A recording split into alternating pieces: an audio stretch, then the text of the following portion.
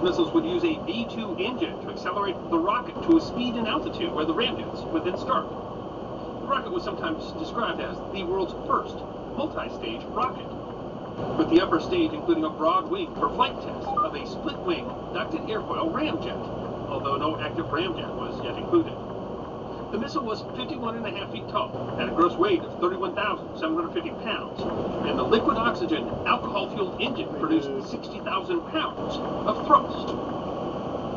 The first test of what they had labeled the Hermes 2 was on May 29, 1947, and it went the wrong direction. The website This Day in Aviation explained in 2020. The plan was for the rocket to arc towards the north, heading for the far end of the proving grounds. Instead, the Hermes 2 arched to the south. The rocket peaked at 35 nautical miles, passed over Fort Bliss in El Paso, and after about 5 minutes of flight, hit the ground about 1.5 miles from the Buena Vista Airport in Ciudad Juarez, Mexico. According to the New York Daily News on May 31st, an experiment with push-button warfare sent a modified German V-2 rocket soaring over El Paso and Juarez at a speed of 12 miles a minute, scared the daylights out of residents of both cities.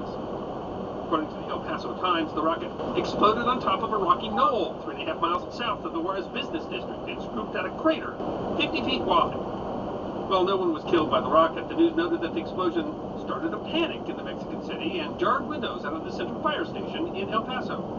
Women knelt in the streets of Juarez to pray. Window panes were shattered.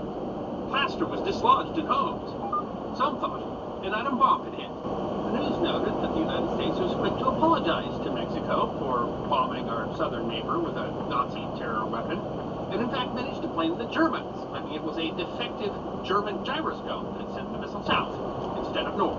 While the U.S. Army reportedly paid for the damaged windows and the State Department expressed its official regrets for bombing Mexico, the accident gained surprisingly little further attention. It was possibly the first, but not the last, missile that would stray across the border.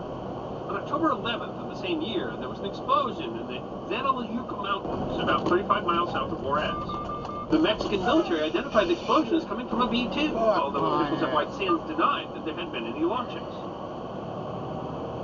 The V-2 and the Hermes were the genesis of both the United States military rocket program and its manned space program, but as the strategic situation changed, new rocket systems were developed.